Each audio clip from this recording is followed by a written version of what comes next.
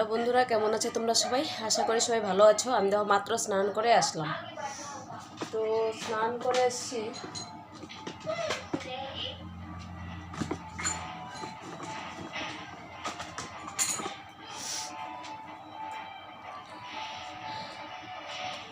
Cream দিচ্ছি। দেখো 10 টাকা দামের ক্রিম।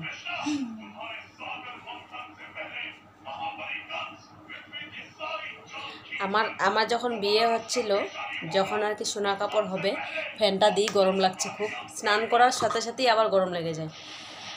তো আমি হলো তখন 85 টাকা দামের ক্রিম দিতাম। তারপরে সোনা কাপড়ে আমাকে প্রচুর জিনিস দিয়েছে। তারপরে দিয়েছে যেগুলো ক্রিম দিয়েছে সেগুলো আমি দেই না। তা আমি যেটা দিতাম সেটার দাম ছিল 85 টাকা ক্রিম। আর সোনা কাপড়ও সব কিছু ডাবল ডাবল দিয়েছিল, ভালো ভালো জিনিস দিয়েছিল। একই জিনিস 3-4 রকমের করে ডাবল ডাবল দিয়েছিল। পরে আমি কি করেছি, তারপরে সোনা কাপড় হয়ে গেল। সোনা কাপড়ের পরে আমার বিয়ের মোটামুটি 6 দিন আগে আমার কাকা মারা গেল। আগের থেকেই বিছানায় ছিল, অনেক দিন থেকেই বিছানায় ছিল, শরীর খারাপ ছিল। তো কাকু মারা যাওয়ার পরে সবাই ভয় পাচ্ছিলাম যে কীবা হবে, কি হবে। তা কাকু মারা গেল। কাকু মারা যাওয়ার পরে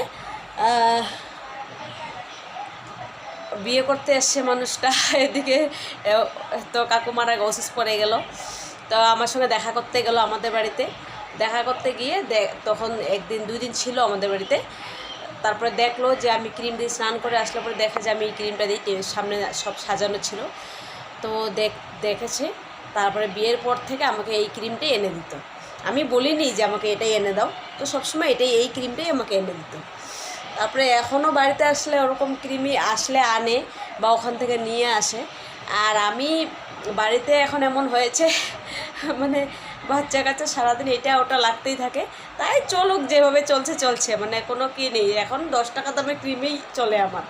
ভাবি 10 টাকা দামের ক্রিম দিলে অনেক দিন যাবে, আর বাকি মনে করো টাকাটা ওদেরকে দিতে পাবো সারাদিনেই। এই যে আজকে সকালে মনে করো 10 টাকা এইটুক টাইমে হয়ে গেল, 10টার আগেই 10 টাকা শেষ। মানে গরম দিন আইসক্রিম যাবে সামনে দিয়ে, জানোই তো। তো বাচ্চাদের তো সারাদিন লাগেই, তার জন্য আর কি। জানো না মা, জানো তো মা হলে কি অবস্থা হয়, খালি কোন দিকে 2 টাকা বাঁচানো যায়। আর কি বলবে বলো, নিম্ন মধ্যবিত্তও না আমি, তোমরা ভাবছো না আমার ঘরটা দেখে যে হয়তো ভালো ঘর, নিম্ন মধ্যবিত্ত কেন বলছে। একদমই মানে মনে করো যে কি আর বলবো তোমাদেরকে, এই ঘরটা যে কত কষ্ট করে দিয়েছি সেটা আমরাই একমাত্র জানি। তাহলে আরও অনেক আগে থেকে আবার চলে যেতে হবে, তোমাদেরকে অনেকটা বলতে হবে। তো যাই হোক, এগুলো কথা পরে একদিন বলবো, কিভাবে দিয়েছি না দিয়েছি সেগুলো আরেকদিন বলবো। এখন আর কি মনে করো কোনো দামি ক্রিম ট্রিম এগুলো কোনো কিছু সাজ পোশাক নেই, সিম্পলই থাকি। ওদেরকে আগে তো মানুষ করি, তারপরে দেখা যাবে। অনেক খরচ জানো, সবই কিনতে হয় আমাদের, সব কিনতে হয়, কোনো বস্তু ঘরে নেই, সব কিনে খেতে হয়। বিয়ের পরে 4 বছর মানুষের বাড়িতে জলই খেয়েছি, তারপর বাড়িতে জল দিয়েছি। তোমরা ভাববে না যে জলটাও মানুষের বাড়ি থেকে আনে কেন। আমাদের এই জায়গাটা পাহাড় এলাকা, তো সেই উঁচু, এখানে একটা কল দেওয়া, কুয়ো দেওয়া মানে অনেক ব্যাপার। একটা কল, একটা বোরিং করতে গেলেই মোটা করে 50-60 হাজার টাকা লাগে, কুয়োটা দিতে গেলে 90,000 লাখ টাকা পড়ে যায়। তো যার জন্য গরিব মানুষের পক্ষে তো এটা সম্ভব না। তাই মনে করো হয়তো সরকারি একটা থাকলো, ওখান থেকে পাড়ার সবাই খেত আগে।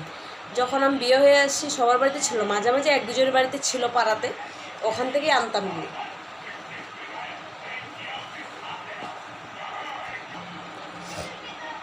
তো এখন আর যেতে হয় না, এখন বাড়িতেই, সবার বাড়িতেই হয়ে গেছে।